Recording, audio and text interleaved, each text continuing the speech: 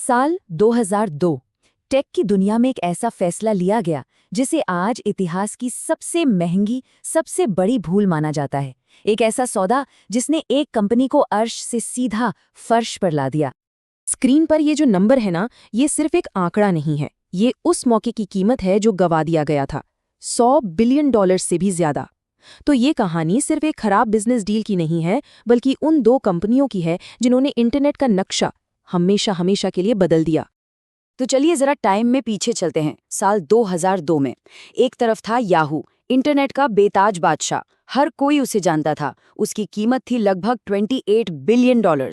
और दूसरी तरफ स्टैनफोर्ड के दो लड़कों का एक छोटा सा स्टार्टअप था, गूगल, जो खुद को बेचने के लिए सिर्फ $1 बिलियन मांग रहा था। उस वक्त तो ये बात सुनने में भी मजाक जैसी लगती थी। लेकिन इस कहानी में आगे बढ़ने से पहले ये समझना बहुत जरूरी है कि उस दौर में याहू आखिर था क्या, कितना बड़ा था। मतलब वो इंटरनेट का पहला राजा बना कैसे। सोचिए 90s की शुरुआत में इंटरनेट एक जंगली जंगल जैसा था, कुछ पता नहीं कहाँ क्या है। तब स्टैनफोर्ड के दो स्टूडेंट्स जेरी और डेविड ने एक डायरेक्टरी बनाना शुरू किया जहां वो हाथ से चुन चुनकर अच्छी वेबसाइट्स को लिस्ट करते थे। और ये आइडिया इतना हिट हुआ कि कुछ ही सालों में याहू का आईपीओ आया और वो देखते ही देखते इंटरनेट का सबसे बड़ा नाम बन गए। अच्छा, यहाँ एक बहुत जरूरी बात समझने वाली है। याहू सिर्फ एक सर्च इंजन नहीं था, वो एक पोर्टल था। मतलब इंटरनेट का एक बड़ा सा मॉल जहां ईमेल, न्यूज़, गेम्स, चैट सब कुछ एक ही जगह मिल जाता था। उनका मकसद था कि कोई एक बार याहू पर आ जाए तो उसे कहीं और जाने की जरूरत ही ना पड़े। और यही सोच, यही उनकी सबसे बड़ी ताकत भी थी और आगे चलकर सबसे बड़ी कमजोरी भी बनी। और अब आते हैं कहानी के उस मोड़ पर, याहू के आलीशान बोर्डरूम में लिए गए उस एक फैसले पर जिसने सब कुछ पलट कर रख दिया। इस पूरे मामले के केंद्र में एक टेक्नोलॉजी थी जिसका नाम था पेज रैंक। ये गूगल के फाउंडर्स लैरी पेज और सर्जी ब्रिन का सीक्रेट सॉस था, उनका जादू था। जहां याहू इंसानों को काम पर लगाकर वेबसाइट्स की लिस्ट बनाता था, वहीं गूगल का ये एल्गोरिदम ये काम खुद ब खुद करता था, और वो भी कहीं ज्यादा बेहतर तरीके से। इसे ऐसे समझिए, मान लीजिए इंटरनेट एक चुनाव है और हर वेबसाइट एक उम्मीदवार। तो हर लिंक एक वोट की तरह था, लेकिन इसमें एक ट्विस्ट था। किसी बड़ी और भरोसेमंद वेबसाइट से मिलने वाले एक वोट की कीमत सैकड़ों छोटी मोटी वेबसाइट्स के वोटों से कहीं ज्यादा थी। और इसी एक चीज ने सर्च के नतीजों को जादुई रूप से सटीक बना दिया था। और यहीं पर दोनों कंपनियों की सोच का जमीन आसमान का फर्क सामने आता है। याहू खुद को एक मीडिया कंपनी समझता था, उसका लक्ष्य था लोगों को अपने मॉल के अंदर ही रखना, जबकि गूगल एक प्योर टेक्नोलॉजी कंपनी थी। उसका सिर्फ एक काम था, लोगों को वो जानकारी देना जो वो ढूंढ रहे हैं, भले इसके लिए उन्हें गूगल की वेबसाइट छोड़कर कहीं और क्यों न जाना पड़े। याहू के टॉप मैनेजमेंट में एक तरह का घमंड था। उनकी सीधी सी सोच थी, अरे ये सर्च वाली टेक्नोलॉजी तो हम खुद बना लेंगे, वो भी सस्ते में। हम अपने सबसे जरूरी काम के लिए किसी छोटे से स्टार्टअप पर निर्भर क्यों रहें।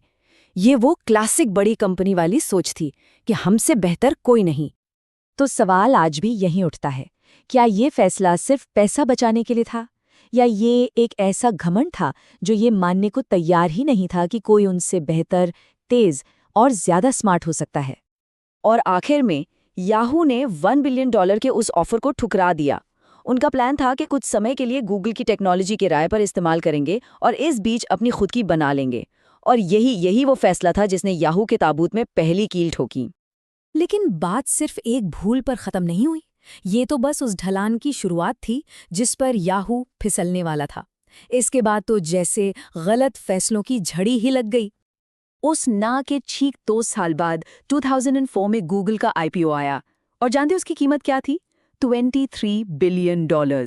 सिर्फ 2 साल, 730 दिन, और याहू ने $22 बिलियन का मौका हवा में उड़ा दिया था। कुछ साल बाद जब याहू को अपनी गलती का एहसास हुआ और उसने फिर से गूगल को खरीदने की कोशिश की, तो लैरी पेज का जवाब बिल्कुल साफ था, जब हम सस्ते थे तब आपने हमें नहीं खरीदा, अब बहुत देर हो चुकी है। पासा पूरी तरह पलट चुका था। और देखिए, ये कोई एक बार की गलती नहीं थी, ये तो जैसे एक आदत बन चुकी थी। 2006 में उन्होंने फेसबुक खरीदने का सुनहरा मौका लगभग गवा ही दिया, क्योंकि आखिरी वक्त पर उन्होंने मार्क जुकरबर्ग का ऑफर कम कर दिया। फिर 2008 में माइक्रोसॉफ्ट ने उन्हें $44.6 बिलियन में खरीदने की पेशकश की और उन्होंने उसे भी ठुकरा दिया। तो चलिए अब जरा गहराई में जाते हैं और समझते हैं कि इस इतनी शानदार कंपनी के गिरने के पीछे की असली वजह आखिर थी क्या। यहाँ देखिए, दोनों के पैसे कमाने का तरीका कितना अलग था। याहू बड़ी बड़ी कंपनियों को महंगे बैनर एड्स बेचता था जो कुछ ही लोग खरीद सकते थे।